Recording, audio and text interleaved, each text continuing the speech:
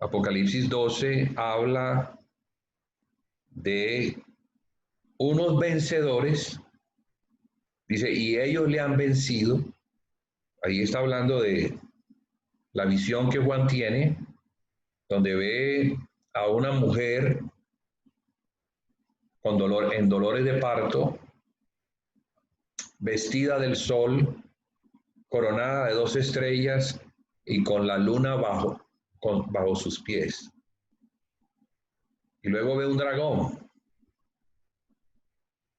dragón que está observando a esa mujer, porque él sabe que si esa mujer da a luz y permite que ese hijo crezca, él va a ser derrotado. Él sabe porque la profecía de Génesis 3:15 es que el hijo de la mujer pondría su cabeza bajo los pies. Y el primero en hacerlo fue el Cristo. La cabeza de la iglesia lo hizo. ¿Y cómo lo hizo? En la cruz. En la cruz fue derrotado Satanás. Porque Satanás opera, el poder de Satanás está en la carne. Entonces, si la carne muere, la operación de Satanás cesa. Eso es lo que nos enseña la cruz de Cristo. Y nos enseña que ahora nuestra carne, que es nuestra alma, no renovada, porque el alma se puede renovar, pero el alma no renovada es la que se opone, es la que no quiere hacer la voluntad de Dios, porque esa alma no renovada es la que hemos heredado de Adán. Entonces, cuando el Señor nos da el Espíritu, todavía no somos salvos en plenitud.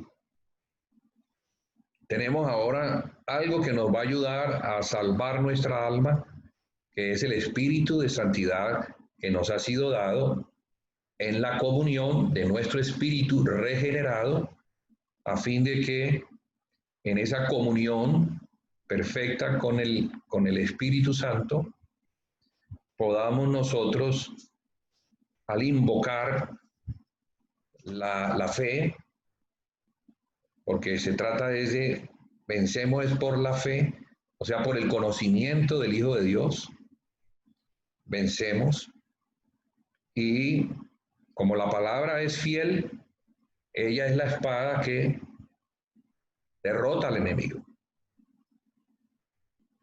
Nuestro enemigo es espiritual, no lo vamos a derrotar con una arma de carne, sino con la espada del Espíritu, que es la palabra. Entonces estos vencedores que vencen sobre la serpiente, bueno, el dragón, que es la serpiente antigua, llamada Diablo y Satanás, que es la que está allí observando a esa mujer, pero dice que la mujer dio a luz un hijo varón. Dio a luz un hijo varón. Algunos han interpretado ese hijo varón como Cristo, pero no es Cristo. No. No, Apocalipsis 12 no habla de la historia, aunque hace referencia a la historia, hace referencia a la victoria de Cristo sobre los poderes satánicos que operaban en su carne. Cuando él estuvo en carne, en humanidad, fue tentado en todo, sin pecar. O sea que mientras estemos en la carne, vamos a ser tentados, vamos a tener al tentador queriendo sacarnos del propósito, que se pierda para nosotros el blanco, que es Cristo, y entonces nos desviemos, nos salgamos, nos desorientemos. O sea que Satanás tiene maquinaciones maquinaciones para desviar a la iglesia y sacarla fuera del camino. Entonces, dice que ellos le han vencido, no dice él le venció. O sea, el hijo varón es un hijo corporativo, porque según el contexto y la exégesis que nos va llevando poco a poco, nos demuestra que ese hijo varón es un hijo corporativo del cual se puede decir, y ellos le han vencido. O sea, no quedaría lógico que fuera Jesús dentro de ese contexto. No dice que y él le ha vencido, hablando del hijo varón, sino ellos le han vencido. ¿Y cómo le han vencido? Por medio de la sangre del cordero. O sea, ahí está un poder enorme para derrotar al acusador nuestro, porque él nos acusa delante de Dios. ¿De qué nos acusa? De ser pecadores. Y tiene razón, porque somos pecadores. Esa sí es una verdad contundente. Lo somos. Entonces, él está para acusarnos. ¿A fin de qué? A fin de que el Padre, que es justo, porque el Padre es justo, entonces nos condene. Porque el alma que pecare, esa va a morir. O sea, hay una condenación para el pecador, pero no para los que están en Cristo. No hay condenación para los que estamos en Cristo. No la hay. Gracias a Dios por esas escrituras que nos muestran que al estar en Cristo, lo cual implica que fuimos perdonados y que fuimos introducidos en Cristo, en el cuerpo de Cristo, no existe condenación. Porque al estar allí, al estar en la comunión, la sangre nos limpia de todo pecado y nos libra de toda maldad. Entonces tenemos la sangre del Cordero como un arma perfecta. Espérate, ya te doy la palabra para que yo pueda terminar esto. Ya voy a terminar y no nos distraigamos de la línea, pero ya te la doy. Claro que sí.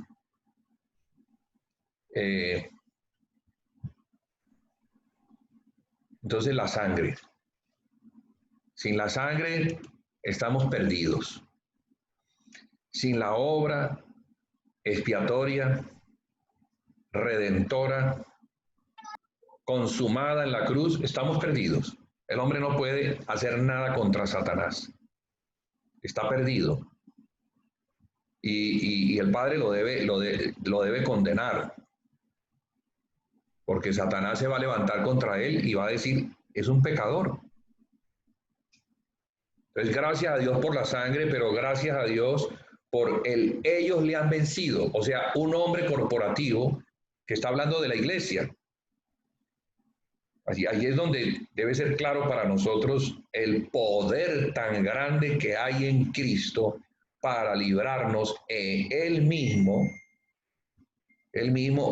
contra la acusación de Satanás.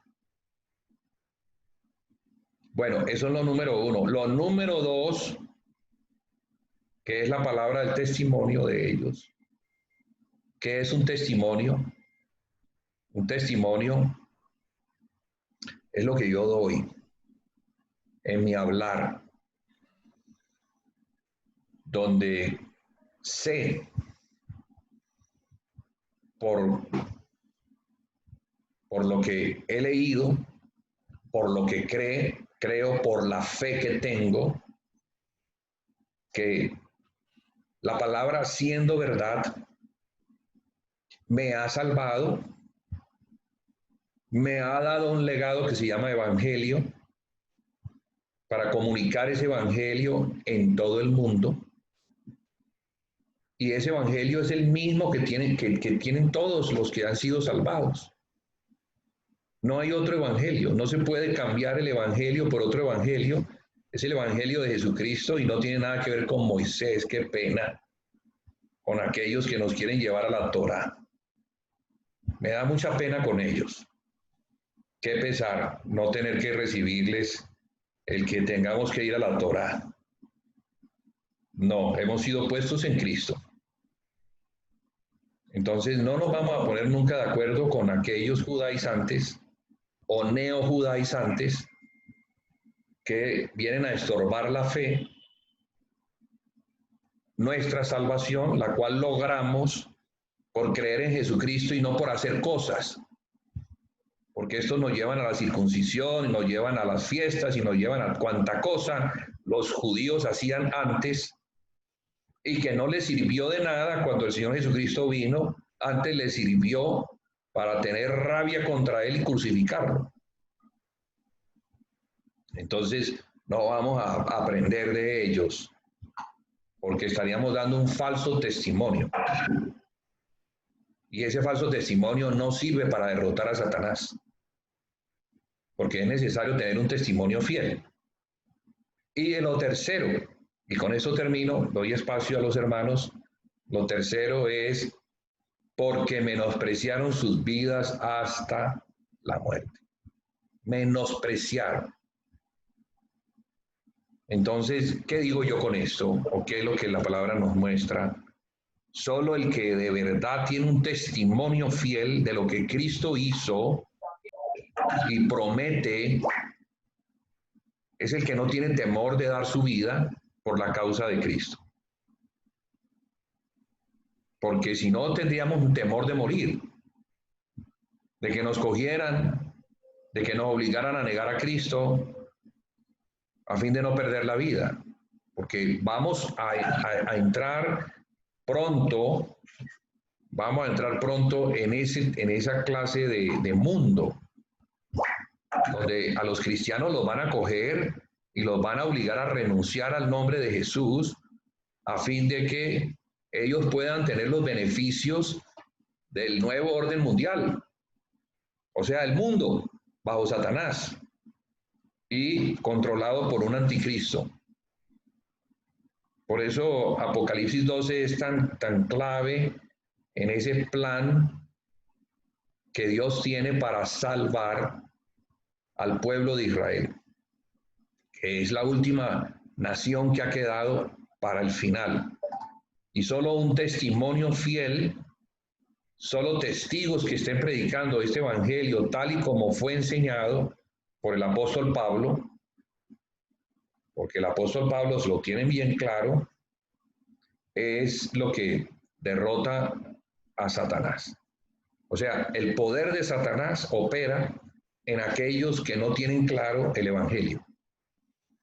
Yo no voy a derrotar a Satanás zapateando ni dándole vueltas a un edificio o dándole vueltas a una cuadra y sacando aceite y enterrando Biblias y haciendo actos proféticos. Eso así Satanás lo que hace es que se muere de la risa. No es la manera de enfrentar a Satanás con obras de la carne.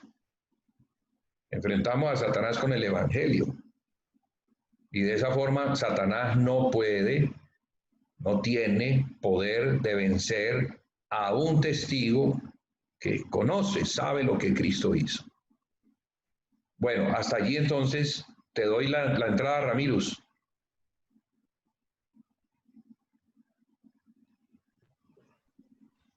Yo, Julius, aquí tengo una invitada especial. Hola. María del Mar está acompañándonos. María del Mar, ¿cómo estás de linda? Gracias. Que no te veía. Sí, hace rato. La versión mejorada de Ramiro y muy mejorada. ¿Cómo? María del Mar es la versión mejorada de Ramiro, pero bastante mejorada. Demasiado. La gracia de Dios de yo parecerme a ella es demasiado. Por eso yo amo tanto a Dios. Sí. Bueno, ¿no? Bienvenida, María del Mar. Gracias, Julián. Bueno, mira, muy interesante. A ella siempre le ha encantado el tema de Apocalipsis desde niña. Ay, qué Entonces, bueno. ya empezó pues a interesarse y todo bien, bien rico. Ahí vamos con ella. Muy rico. Y Gloria a además Dios. Gloria a la Dios. honro delante de todo el mundo. El testimonio de vida de María del Mar es un testimonio de una niña virtuosa. Con eso termino de honrarla delante de todos Bueno, ustedes. ya tendrá ella oportunidad de contarnos su propio testimonio. De verdad que sí deseamos a María del Mar Así es, tenerla aquí así en es. la Bueno, comunión venga, Julio. y que ella exprese también, ¿no? Ya tendrá tiempo. Ya tendrás tiempo, mi hermana. Sí, ahí tendrá. Bueno, Gracias, Julián. claro, Bueno, mira, te recuerdo aquí hay las una inquietud reuniones en mía, mi casa cuando ibas, te mía. sentabas y estabas allí muy atenta. Oh, Sí, sí, la verdad me llama mucho la atención estas reuniones, entonces, María del Mar me acompañó el día de mi bautizo. Y entonces ese día de mi bautizo en comunidad de fe, llega y le dice a Humberto Mayor, pastor, yo también me quiero bautizar. Tenía 8 años. Y entonces le dice Humberto Mayor, ¿y por qué?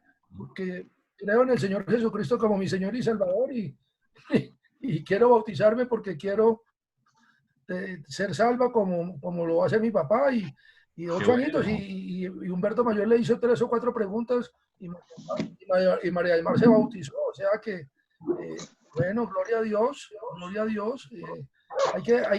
todo tiene su tiempo, Julius e Iglesia Todo, con nuestros todo, hijos. todo no, tiene su pues tiempo. realmente, Dale, volumen. no, o sea, pues digamos que yo hace un tiempo también he estado en una iglesia acá en Bogotá que se llama el Culto de la Fe. Sí, me ha gustado, la verdad, pero digamos que me gusta lo que nos reunimos en grupos jóvenes, hablamos de la palabra y demás, pero pues igual quise escuchar también esta reunión, entonces sí, sí estoy escuchando de Dios desde hace un tiempo, también Bueno, en grupos de jóvenes emprendedores. Muy bien. excelente, Excelente, María María del del Mar. Mar. Y es verdad, ella ¿Cómo estás? ¿ah? Pero bueno, qué pena que puse el desorden en la No, no, reunión, pero estaba muy no, contento de que me no, acompañara. para nada. Mucha alegría verla. No, estás Vamos a saludar. generando una interferencia terrible.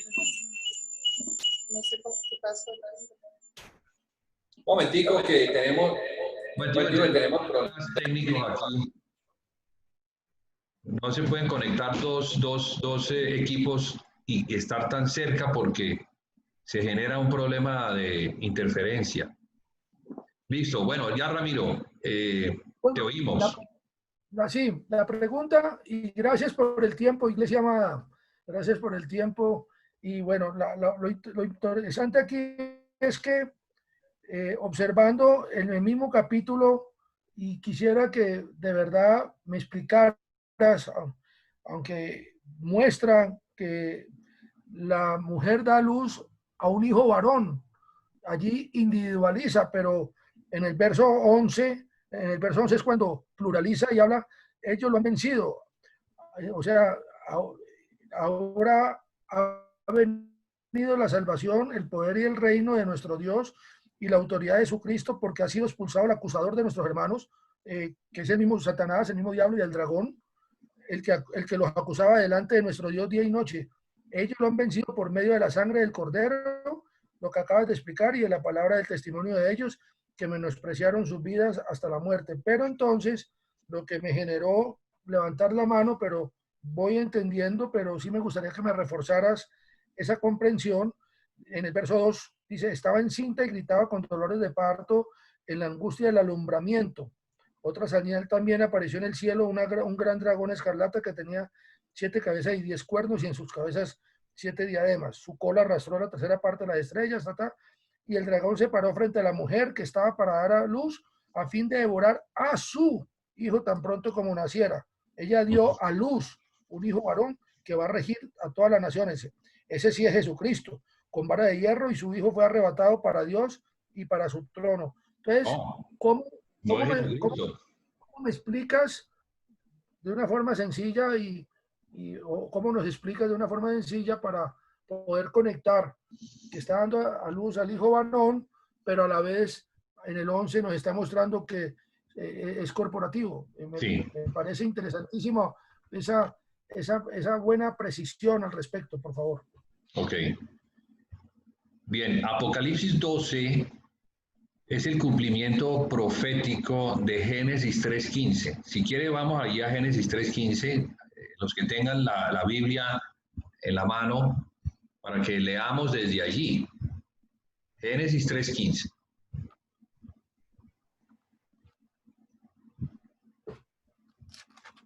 Te lo leo. Dale.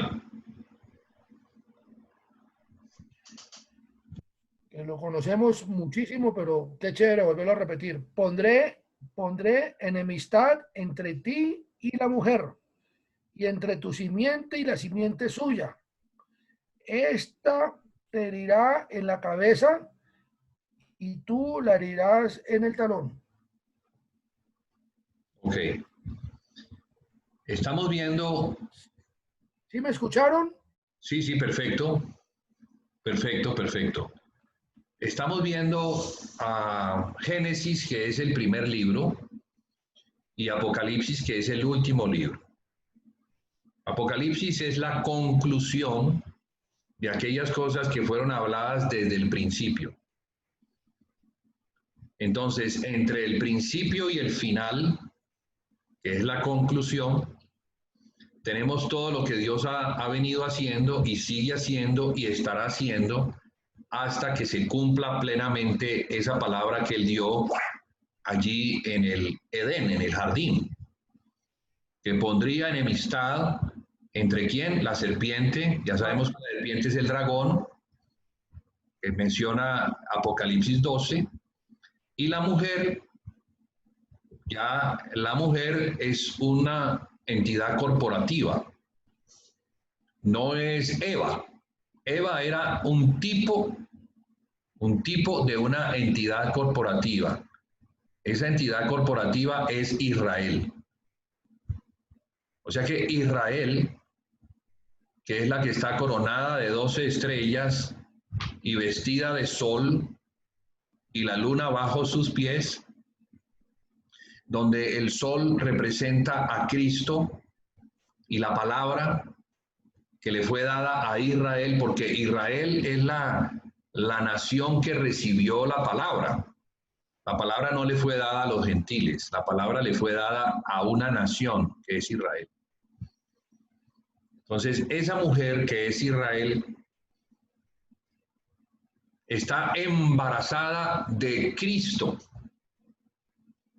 por la palabra. Toda la palabra que le fue dada es la que tiene el potencial de formar en la mujer o de dar un resultado, y ese resultado es un hijo varón, que es el que va a derrotar ¿a quién? A Satanás, que es la serpiente antigua.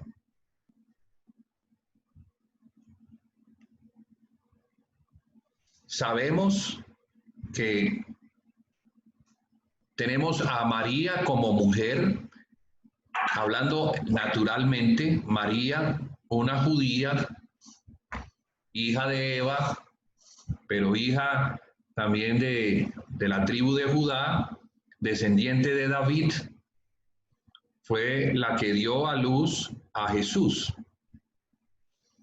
Y Jesús, como el hombre no corporativo, sino el hombre que representa a la humanidad, es el que, muriendo en la cruz, derrota a la serpiente. La serpiente es la que se ha levantado para acusar al Adán pecador. Y tiene todo su derecho. ¿Por qué? Porque según la palabra de Dios tenía que cumplirse lo que Dios dijo: el día que de él comieras ciertamente morirás, y eso sí es impajaritable. El hombre tenía que morir. Pero lo que la serpiente no sabía es que el hombre que habría de morir no sería Adán, sino que sería un descendiente de la mujer, o sea, de Eva. Ese descendiente de Eva, ese es Cristo, el que un día en la cruz derrota a la serpiente. Pero hay algo interesante, y es que cuando Cristo resucita, resucita como un hombre nuevo. Entonces tenemos primero al hombre en la carne, o sea, el Hijo de Dios que toma carne, se hace hombre y lleva en su humanidad, lleva al hombre a la cruz y allí muere. Delante de Dios, el hombre nacido de Adán está muerto. No se puede volver a condenar a alguien que ya fue condenado y la condena fue la muerte, ya murió. Entonces, si ya murió, ¿cómo lo van a volver a levantar para que vuelva a morir? No, ya está muerto. ¿Y quién es el que resucita? El hombre nuevo. Ese hombre nuevo, que es Cristo, la cabeza de una mujer nueva, la iglesia. Entonces, la iglesia es tipo de Eva, así como Cristo es tipo de Adán. Ahí tenemos un hombre corporativo, hombre nuevo conformado de dos. Cristo la cabeza, la iglesia la mujer. En una unidad perfecta. Lo que estamos viendo es que el cumplimiento para que sea perfecto es que sea el hombre nuevo el que derrote a la serpiente. El hombre nuevo, no el hombre viejo que murió en la cruz, sino el hombre nuevo que resucitó y ahora tiene un cuerpo, una descendencia, y esa descendencia es el hijo varón. La palabra hijo en Apocalipsis, en griego, se escribe de varias maneras y se ha traducido como hijo. Pero cuando los griegos querían hablar de un hijo bebé, un hijo inmaduro, la palabra era tecnón. Tecnón es la palabra que aparece allí en el griego. Ella dio a luz un tecnón. Pero luego vuelve y dice, y su hijo fue arrebatado para Dios y para su trono, es la palabra huios. Entonces, entre el tecnón y el huios va a pasar un tiempo. Va a pasar un tiempo. Eso quiere decir que la mujer va a dar a luz un tecnón, un hijo inmaduro, y en el periodo de su madurez en el desierto va a estar capacitado para ser arrebatado para Dios y para su trono. No puede ser arrebatado un hijo inmaduro porque no está en condiciones de tomar las riendas o las llaves de la casa. Esta figura la usaban los romanos para hablar de el hijo que Pablo menciona en la epístola a los Efesios. Cuando se habla de la adopción, adoptados como hijos, esa adopción está hablando de un hijo que es establecido por el padre en una posición de autoridad. Entonces, repito, el padre tiene un hijo que está inmaduro, el cual tiene que ser puesto bajo ayos para que los ayos, que son esclavos, lo lleven a la madurez. Cuando llega a la madurez, entonces es presentado por el ayo delante del Padre. El ayo es el Espíritu Santo. Y el Padre recibe al Hijo, ya sabe que tiene la edad madura, y él hace una fiesta y presenta a su Hijo delante de sus amigos y les dice, este es mi Hijo amado en el que yo tengo complacencia. a él oíd. A él le entrego las llaves de mi casa, porque ahora considero que tiene la madurez para tomar las riendas. Me puede reemplazar, me puede representar. Entonces, estas figuras que no las conocemos nosotros, pero que las conocían los apóstoles, son usadas para que podamos entender que nosotros no podemos ser arrebatados para Dios y para su trono, que representa la autoridad, hasta que no tengamos la madurez de vida. Ahora, el ser establecidos en el trono representa autoridad, y autoridad significa que Satanás va a estar bajo los pies de aquel que ha sido establecido en el trono. Entonces, todo esto en su conjunto nos está mostrando que la mujer, que es Israel, en su tiempo va a dar a luz un hijo, y ese hijo, ¿quién es el hijo de esa mujer? La iglesia. La iglesia es la descendencia legítima de Israel. Pero fíjese cómo está Israel ahorita. Israel es la mujer que necesita ser salvada por el hijo. Israel es una nación que en este momento necesita al Salvador, o sea, a su propio hijo.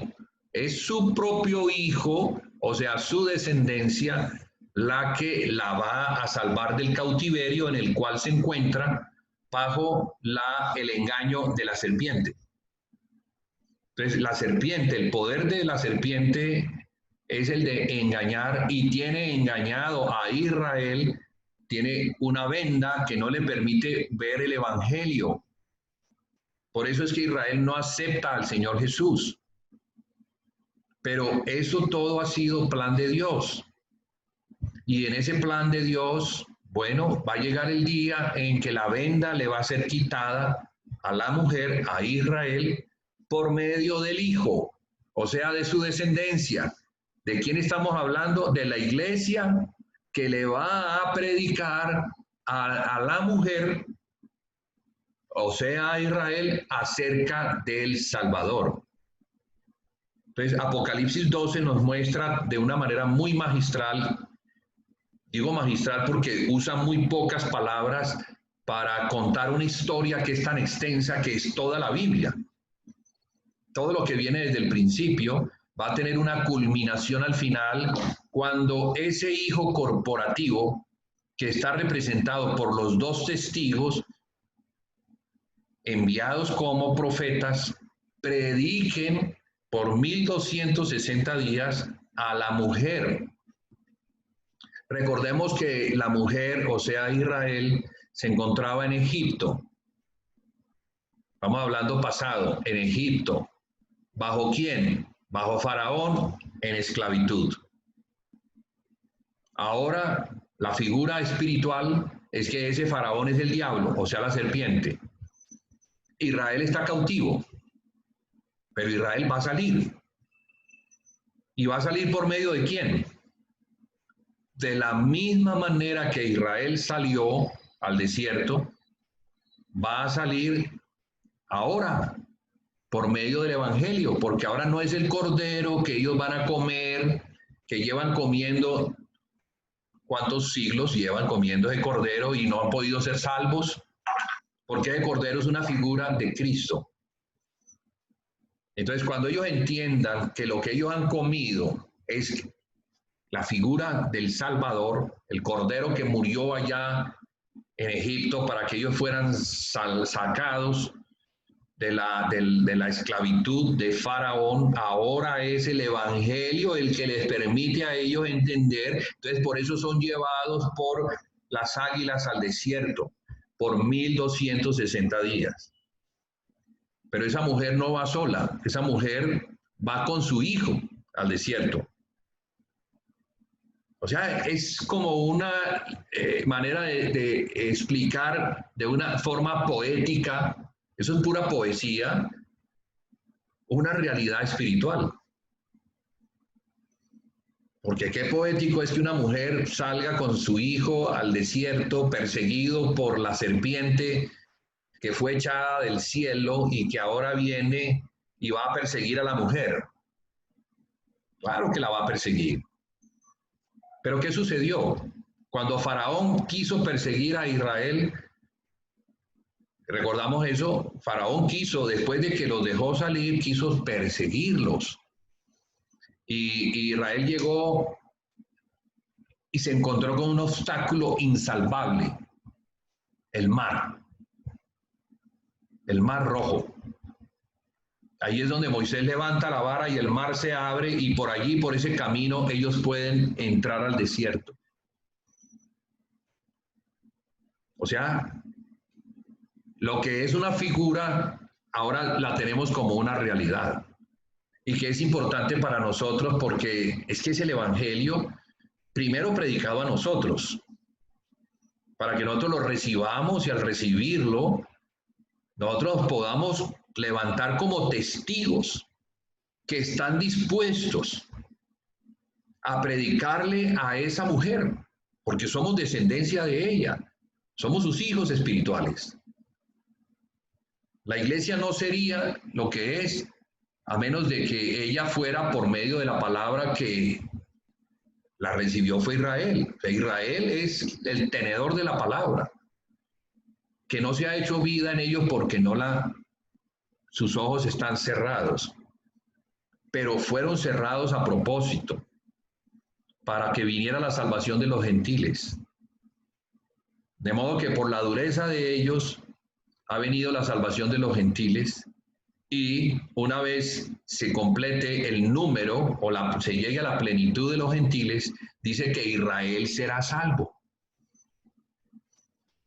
Pero no va a ser salvo porque el Señor le mande ángeles, no, porque los mismos gentiles que hacen parte de la iglesia, que son descendencia, ellos que son el hijo, ellos son los que van a salvar a la mujer. No sé si me están entendiendo. O sea, Apocalipsis 2 es el cumplimiento profético de Génesis 3:15. Sí, está bien, buenísimo. Sí, es el cumplimiento profético. Es Cristo como cabeza, la iglesia como su cuerpo, el hombre corporativo, el nuevo hombre, el que vence ¿a quién? A la serpiente, la cual va a usar a su hijo de iniquidad, del anticristo, para destruir a Israel. Bellísimo, bellísimo, bellísimo, Julián. Quería simplemente hacer un pequeñísimo punto que observé en lo que dijiste. Nunca lo había visto así. Sabiendo que Jesucristo como hombre fue hombre tentado en todo, pero nunca pecó, perfecto. Pero tú mencionaste algo, aunque no sé dónde puede estar sustentado, pero tiene todo el sentido. Resucita como un hombre nuevo, sabiendo que él era santo y perfecto, pero era humanizado, tenía una carne mortal, murió como hombre mortal, sí. Pero ya ese hombre nuevo para Cristo es un hombre perfecto e inmortal y eterno, y sobre todo un cuerpo glorificado. Eso mismo es como la analogía y la relación que existe en el momento en que morimos al pecado y nacemos como hombres nuevos en Cristo. Es una bellísima comparación que se deduce de lo que tú estás diciendo. O sea, ya solamente nos faltaría estar en cuerpo glorioso una vez haya la resurrección de los muertos, como está en Tesalonicenses. Entonces, es absolutamente precioso esa poesía, esa poesía tampoco es moraleja. Sí, es una literatura. Alegoría. Ah, ok, así es una alegoría. Sí. Es una alegoría celestial en donde podemos vernos, es más, eso nos permite vernos juntamente sentados a la diestra del Padre juntamente con Cristo en lugares celestiales. Entonces, es precioso. Esta profundidad con que has manejado hoy Apocalipsis 12, nunca, además, nunca te la había escuchado, y gracias porque viene, es maravilloso, y por eso la pregunta que tenía, cómo ligar ese hijo varón con ellos lo vencieron, claro, ya es Sí, toda una concatenación, un relacionamiento de ese hilo conductor de ser hijo bebé, tecnón, y después ser el hijo adulto, maduro, etcétera, etcétera. Entonces, no, sí, severísimo. y fíjate que la epístola a los Efesios nos habla del varón perfecto.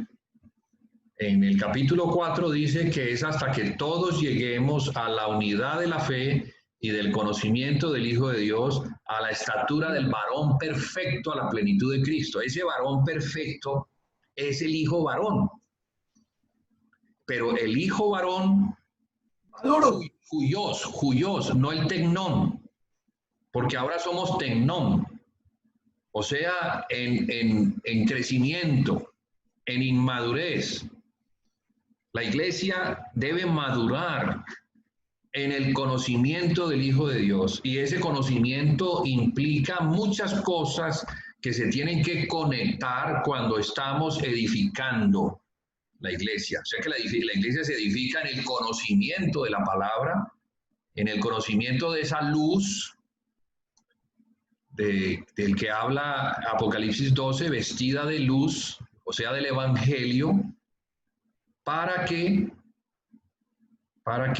en esa luz, Juan habla mucho de la luz, y la luz es el candelero, y la luz es Cristo, y la luz vino, pero los hombres amaron más las tinieblas porque sus obras eran malas, y la luz tiene que ver con el conocimiento de Dios, y ese conocimiento de Dios implica la comunión de unos con otros, o sea, la iglesia en luz es la iglesia perfecta, es la iglesia gloriosa, es la iglesia formada en Cristo que está a punto de recibir un nivel de autoridad. Cuando dice que fue arrebatada para Dios y para su trono, no está hablando del arrebatamiento físico que habla Tesalonicenses, que habla de un rapto, porque va a haber un rapto, que es cuando venga el recogimiento del pueblo del Señor. Aquí se está hablando de la recuperación de la posición que la iglesia alguna vez tuvo en la autoridad que le es dada en Cristo, que a la iglesia de Éfeso se le dice, recuerda de dónde has caído. Entonces no podemos desligar Apocalipsis 12 de todo lo que el Señor muestra en las iglesias, porque vemos que las iglesias perdieron esa posición. Desde Éfeso hasta la Odisea se le dice al vencedor, le daré que se siente en mi trono, allí donde yo me he sentado, en el trono de mi Padre. O sea que, mire, hay una promesa que tiene que ver con formación de Cristo, para que al tener entonces la estatura de Cristo, tengamos la autoridad de Cristo, la cual es necesaria para que el Señor pueda tener testigos fieles, los cuales Él va a usar en el tiempo de la gran tribulación.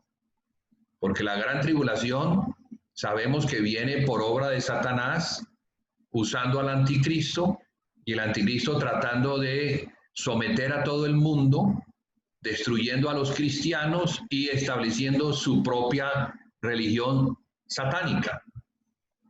Entonces, ¿quién va a confrontar eso? ¿Quién va a confrontar a Satanás en la persona del anticristo? El hijo varón. El hijo varón, o sea, la iglesia corporativa en autoridad. En autoridad. Listo. Ángela levantó la mano. Voy a darte entrada. Ángela. Gracias.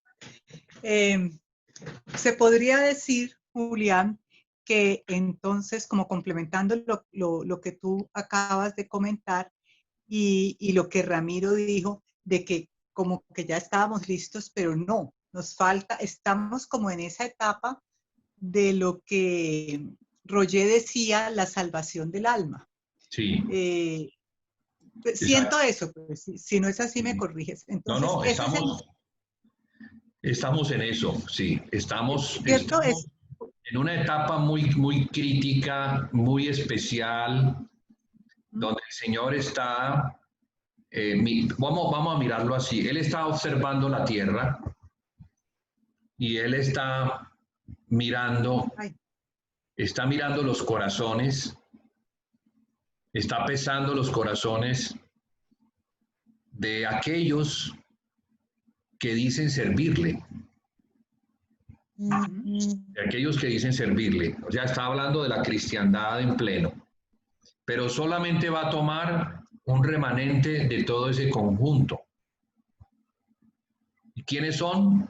Aquellos que siguen al Cordero por donde quiera que Él va, Apocalipsis 14.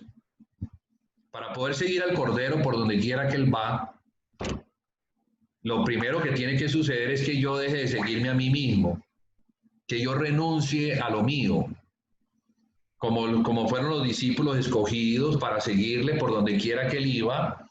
Asimismo, así como ellos hicieron que lo dejaron todo, asimismo nos corresponde a nosotros si de verdad queremos ser aquel remanente. Porque ese remanente no es para toda la cristiandad, sino para un pequeño grupo que va a tener el privilegio de estar predicando el Evangelio como profetas en Jerusalén, confrontando al anticristo, siendo protegidos por 1260 días contra todos los poderes que quieren destruirlos, porque no los van a poder destruir. Como yo lo he dicho, el lugar más seguro para un cristiano en la gran tribulación va a ser Jerusalén. Pero para un cristiano fiel, el que no es fiel, cualquier lugar es un lugar inseguro. Pero el mejor lugar es el lugar donde está la voluntad de Dios. Y la voluntad de Dios para los próximos tiempos, la voluntad de Dios es que Israel sea salvo. Y eso se va a cumplir. Entonces, ¿a quién enviaré? Dice el Señor. Estoy buscando a quién enviar. Bueno, Él va a enviar porque está profetizado y va a escoger entonces de entre toda la cristiandad un remanente que va a tener un sello especial para ser protegidos durante el tiempo de la gran tribulación. Bueno, ahí el Señor nos está invitando, nos está llamando. ¿Y cuál es el testimonio importante que ellos deben dar? Como es algo corporativo, no son individuos, y eso es lo que es más precioso. Habla de 2 candeleros, o sea, habla de 2 iglesias. No está hablando de 2 individuos, como normalmente pues, se ha enseñado. Es más fácil ser un individuo que ser una iglesia. Yo como individuo puedo hacer como rueda suelta lo que me puedo mover, pero que una iglesia se mueva, una iglesia entera se mueva, esto tiene que ser una conquista del Espíritu Santo. O sea, eso es algo glorioso, que el Espíritu Santo haya podido formar en una iglesia la mente de Cristo, el corazón de Cristo. Eso es lo que tiene poder. Y eso es lo que nos muestra Apocalipsis 11, hablando de los 2 testigos, que son los 2 candeleros y los 2 olivos. O sea, muestra que son 2 iglesias, pero muestra que son 2 olivos que están representados en los gentiles y los judíos, el olivo natural y el olivo silvestre. Entonces, no sé, Angelita, si eso te responde la pregunta. Sí, pero quería complementar, sí, muchas gracias, pero quería complementar algo más. Entonces, podemos decir porque es que yo tuve muchas dudas con la parábola del mayordomo infiel, hasta que por fin se me prendió el bombillo. Y yo veo cómo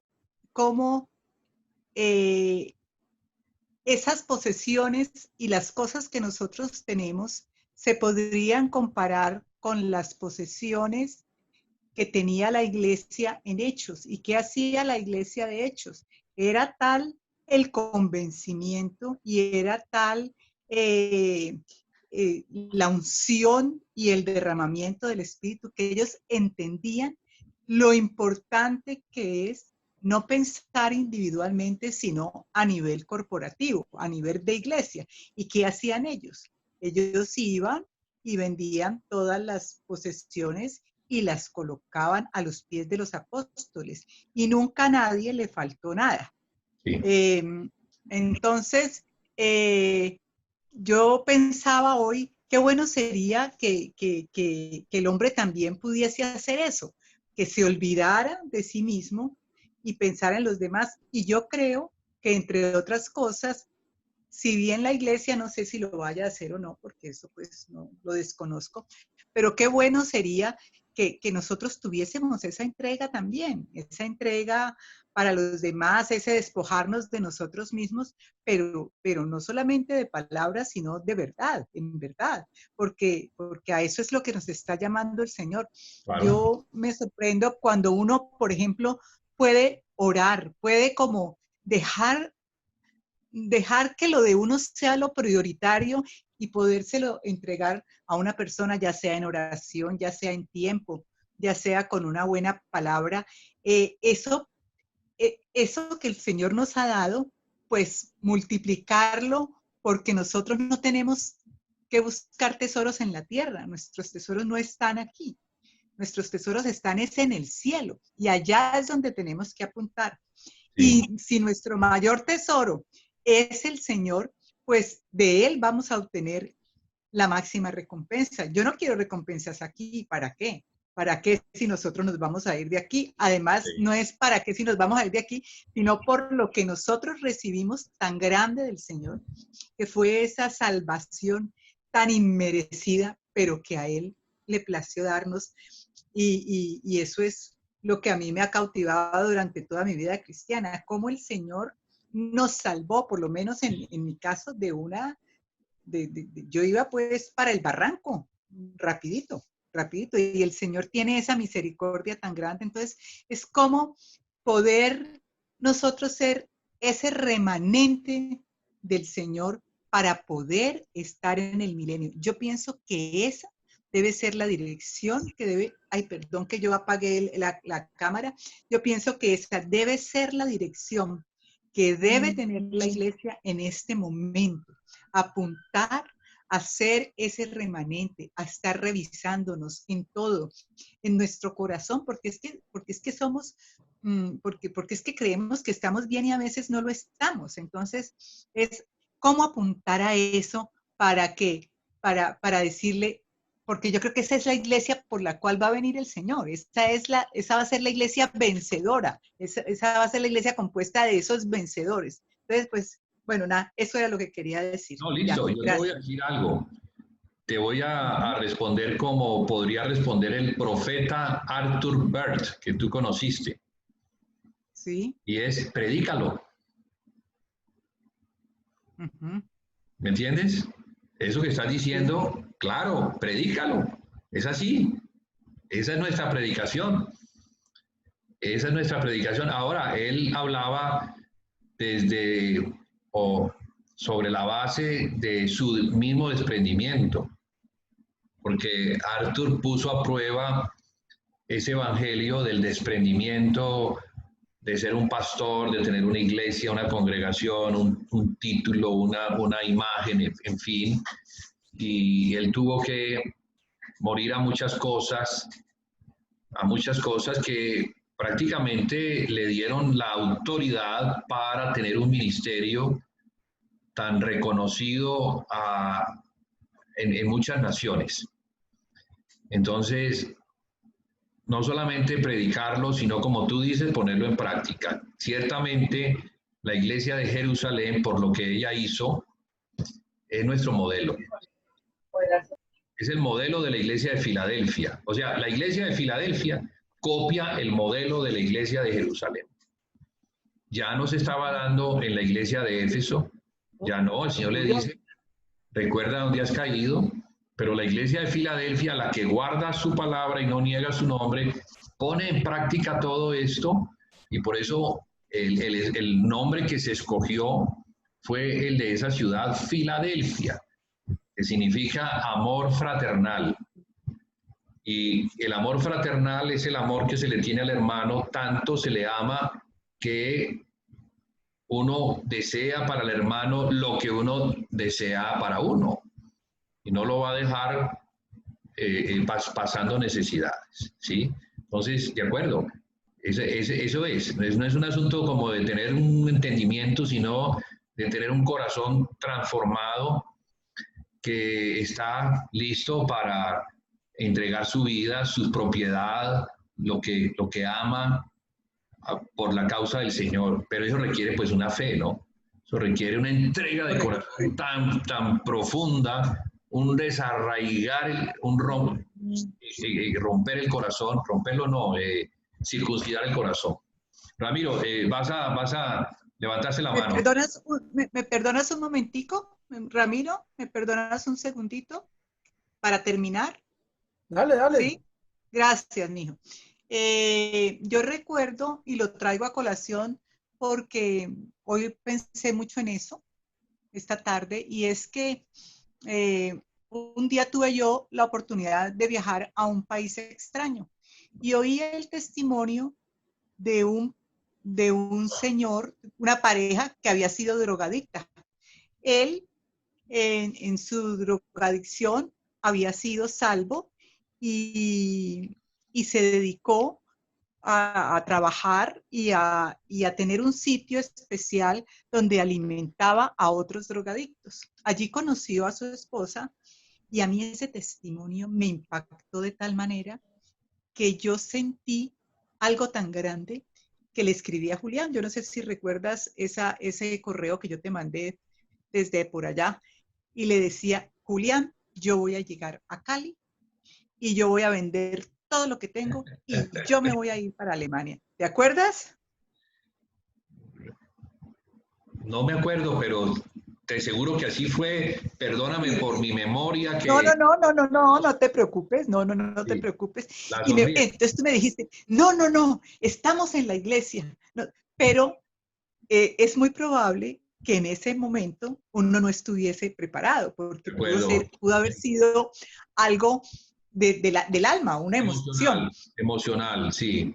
Muy emocional, peligroso cuando pero nuestra alma es la que nos conduce a hacer cosas que parecen buenas, pero que no son en Cristo todavía, sino que son en nosotros. Cuando regalaste tu Rolex emocionalmente, Julián. No, ¿sabes que no? No. No. Yo no me arrepiento de haberlo hecho, aunque me di cuenta cuál fue su fin. Pero la verdad, nunca me ha dolido haberlo hecho porque lo hice sinceramente. Lo hice de corazón, convencido porque, bueno, el Espíritu Santo me lo mostró así y así lo hice. Porque incluso en esos lugares, aunque se hacen cosas muy locas, también se hacen cosas que son para el Señor, ¿verdad? Sí, yo me acuerdo de verte a ti. A mí me pasó algo similar. ¿Ah?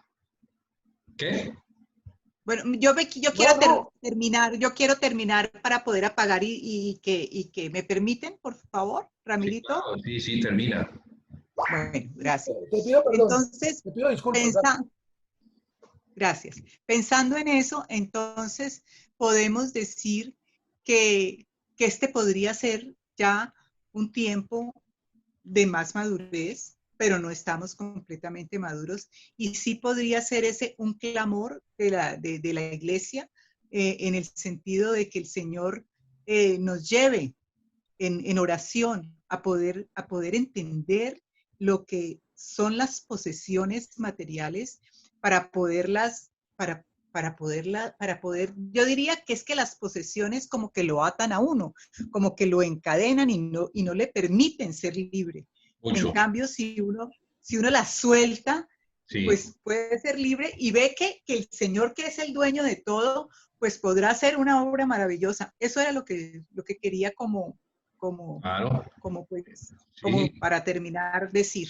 Yo Gracias. creo que la iglesia de Filadelfia es una iglesia eminentemente apostólica. Quiere decir que aunque la iglesia pues es el cuerpo de Cristo y no necesita ser una iglesia apostólica en una determinada localidad, la de Filadelfia cumple con los parámetros de los apóstoles que fueron llamados por el Señor, y en ese llamamiento ellos lo dejaron todo. El Señor les dijo que cuando fueran no llevaran una maleta muy grande, sino una maletica muy pequeñita, precisamente para que no tuvieran que cargar con mucho, que no se preocuparan del alimento, que no se preocuparan del vestido, que no se preocuparan del techo, que Él iba a proveer. Entonces yo creo que Filadelfia es un estándar al que el Señor nos llama a llegar. No creo que estemos allí todavía. Estamos saliendo para llegar a, y puede hacer que lleguemos a si mantenemos nuestra fidelidad en el Señor. Y también creo que la gran tribulación va a lograr lo que la iglesia misma o en sí misma no puede hacer. Quiere decir que cuando el Señor nos mete a la fuerza por ese lugar a donde Él nos quiere llevar, no hay otra salida que despojarse de todo. Ahora, ese despojarse de todo no significa vender todas las propiedades, sino lo que significa es tener claro que lo que yo tengo no me pertenece. Soy un administrador de lo que el Señor me ha dado. ¿Para qué? Para que aquellos que tengan necesidad se sirvan de eso. Pero no lo puedo tampoco soltar, porque si todos sueltan eso, imagínense cómo vamos a vivir. No, lo que Él quiere es un corazón desprendido que esté dispuesto, sí, ya en el corazón, a entregar lo que ha creído que es de Él. Ahora Él sabe que no es de Él, sino que es del Señor. Entonces, bueno, nos va a llevar, yo creo que en los próximos tiempos esto va a ser como la demanda del Espíritu, a que abramos primero nuestro corazón, que significa abrir nuestra casa para los hermanos. O sea que la casa del Señor viene a ser nuestro corazón, y nuestro corazón abierto para los hermanos implica que todo lo que es de Cristo, aunque Él me lo puede entregar para administrarlo, es de los hermanos. Por eso no había necesidades. ¿Y por qué no había necesidades? Porque los que tenían posesiones las vendían, no todos, porque ahí tenemos a Ananías y a Zafira tratando de hacerlo, pero engañando al Espíritu, lo cual es muy complicado. O sea que debemos hacerlo de corazón, lo que hemos determinado en el corazón, porque hemos sido convencidos por el Señor, eso es lo que hay que hacer. Porque ahí no estaríamos haciendo trampa. Claro. Estaríamos yendo en contra de nuestra propia conciencia, que es muy peligroso. Sí, Ramiro. Gracias, Julián. Angelita tocó temas muy bellos, describiendo ese quehacer de la iglesia neotestamentaria, y hay dos aspectos adicionales a los que comentó Ángela y además entrelazando contigo. Uno, era tan poderosa la iglesia, tan poderosa la iglesia en el espíritu, que en Hechos 19 nos habla de que trastornaban las ciudades. Eso dice demasiado Claro. De lo que era la verdadera iglesia. Donde llegaban, trastornaban las ciudades. Eso lo está haciendo el diablo de una forma destructiva, mientras que esa transformación, ese trastornar las ciudades representa y significa era que había una transformación real de donde llegaba la iglesia. Y entonces la pregunta es, ¿en qué está siendo transformada nuestra sociedad con la iglesia del Señor? Esa es la pregunta, es una de las tantas preguntas que uno debe hacerse como parte de ese cuerpo. Entonces, ese es un punto para profundizar, para meditar en cómo estamos trastornando. No, yo creo que estamos ya en un tiempo en el cual la iglesia ha perdido su sabor. La iglesia que debe ser la sal de la Quiero tierra. terminar adicional. Ese es un punto. Sí, no, me falta un punto. Me faltaron 2 punticos. Me falta bueno, un punto. dale. Pensé que esa es una pregunta que... No, fresco. No. Y segundo, no, porque no era una pregunta, era complementándole a Ángela el otro aspecto valiosísimo de la iglesia, de Hechos, y hay que leerlo bien claro. Dice el Señor que él no dice, en Él soy, en Él me muevo y en Él vivo. No, en Él somos, en Él nos movemos y en Él vivimos.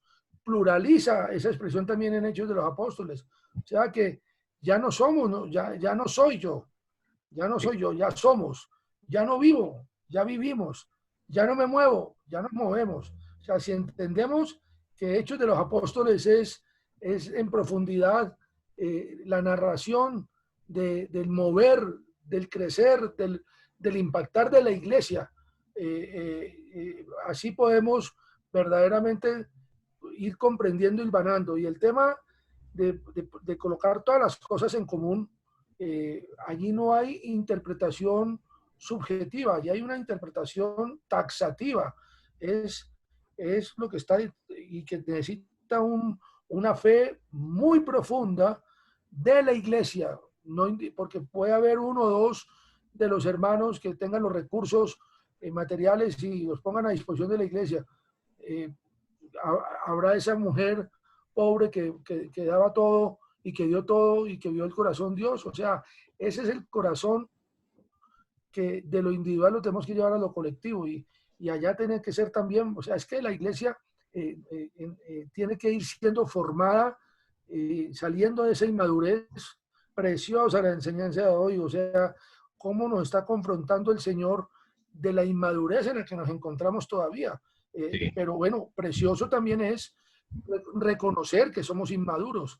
O sea, es un desafío maravilloso de reconocer nuestra inmadurez y empezar a caminar en obediencia hacia la madurez. Y de antemano, finalmente quiero decir que mi intervención de hace 2 días, quizás con sentimientos, con alguna pequeña emoción, si en algo incomodé, presento con corazón y por eso oré y me siento tan bien, tan feliz por las preguntas, etcétera. O sea que la iglesia ya no nos acordamos. Es el crecimiento mutuo, el crecimiento mutuo de todos nosotros, Julios y amados hermanos, y más que nadie, cada uno de nosotros necesita del cuerpo. Entonces, qué madurez, qué linda enseñanza que nos está dando el Espíritu a través de todos los hermanos, dirigido por ti, pero en cabeza de todos nosotros. O sea, eso es lo que Dios quiere, y si las hermanitas que no participan con la sencillez de su corazón nos enriquecieran, no por presionarlas ni nada, ¿no? Sino qué lindo sería poderlas escuchar en la sencillez de su corazón. Por muy sencillo que sea, el Espíritu se va a mover, y siempre también yo no me autocritico, sino que cuestiono de que no es que sea una obligación intervenir, sino que estamos necesitándolas a ustedes y a ustedes, hermanos, que no participan mucho. Yo sí quisiera conocerlos, enriquecerme, porque el corazón de los que callan es un corazón de niños que están aprendiendo, y no hay cosa más linda que escuchar a esos niños que están llenos del amor de Dios. Entonces, también quisiera que entre todos fuéramos enriqueciéndonos. Esas son las riquezas que queremos escuchar. Entonces, no, feliz y quería complementar lo que es lo que debe caminar y orientar a la iglesia hacia ese perfeccionamiento. Gloria a Dios. Gracias, Julio y Amada. Antes de darle la Julio, a Quicho, yo quisiera como... Espera, Quicho, ya te la voy a dar. Listo. Sí. Ya. Déjame una cosita aquí en relación a lo que Ramiro comentó, para que no se pasen los comentarios, que son todos muy importantes. Entonces, dos cosas. Número uno, no nos acordamos de lo que dijiste, de modo que no te preocupes. A veces decimos cosas y, bueno, no las tenemos en cuenta. Por lo menos yo no las tuve en cuenta en cuanto a que se dijeron como para afectar. Yo sé que no las dices para afectar. Nadie está hablando aquí para afectar. Todo el mundo está queriendo compartir del Señor para edificar. Bien. Lo segundo es que sí, efectivamente, estamos en un proceso de ser hijos tecnón a ser hijos huios. Pero la Escritura nos enseña algo, y es que ese tiempo entre el huios, entre el tecnón y el huios, para lograr llegar a ser huios, es en el tiempo de la gran tribulación. Entonces, ahora nos preocupamos mucho porque queremos hacer en nosotros mismos, cuando es el Señor el que tiene un tiempo perfecto para lograr aquellas cosas que se ha propuesto hacer. Entonces, así como Israel aún no ha llegado porque el Señor así lo ha determinado, y ahora son los gentiles los que tienen, digamos, la bandera de Cristo, va a llegar el momento en que los israelitas también van a entrar. O sea, los tiempos y las sazones están en la potestad del Padre y Él es el que gobierna sobre todo eso. Y digo yo, gracias a Dios que es así, porque nos permite descansar. Uy, Señor, es que tanto tiempo y sigo en las mismas y tanto tiempo y sigo en las mismas. Es como decir, Señor, te equivocaste con tu trabajo, ole. ¿Qué pasa? Todavía no tengo lo que debiera tener. Vamos a tenerlo si perseveramos hasta el fin. En aquellas cosas que el Señor ha prometido dar, las va a dar en su debido tiempo y momento y lugar. Entonces, listo, Quicho, tiene entrada. Gracias, hermanos. No, quería hacer como un comentario de que es precioso cuando uno puede ver, cuando pudimos ver por primera vez que ese hijo varón era un hijo corporativo, que era ya no era una sola persona. Y quiero comentar que en los evangelios podemos ver a Dios encarnado en un hombre, en Jesucristo. Pero ya las cartas apostólicas muestran ya a Cristo encarnado en la iglesia, en todos nosotros. Entonces es maravilloso ver que ya es el cuerpo de Cristo, como lo dice Efesios magistralmente, habla y muestra y lo describe. Esa carta a los Efesios es maravillosa y hay que leerla toda del principio al fin porque ahí está todo. Y ese muestra cómo es la iglesia. Entonces, ahí lo vemos claramente que ya es corporativa, que ya Cristo, por medio del Espíritu Santo, Él tenía que morir para poder tabernaculizar en nosotros, por decirlo así.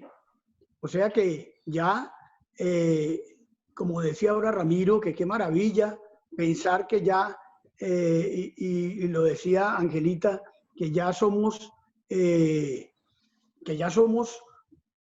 no podemos hablar como uno, que yo soy, no, que somos, como decía Ramiro ahora.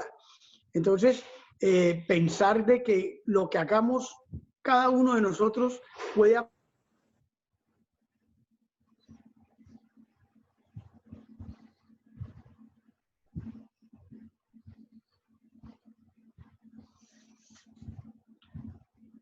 Creo que se le congeló a Quicho el internet.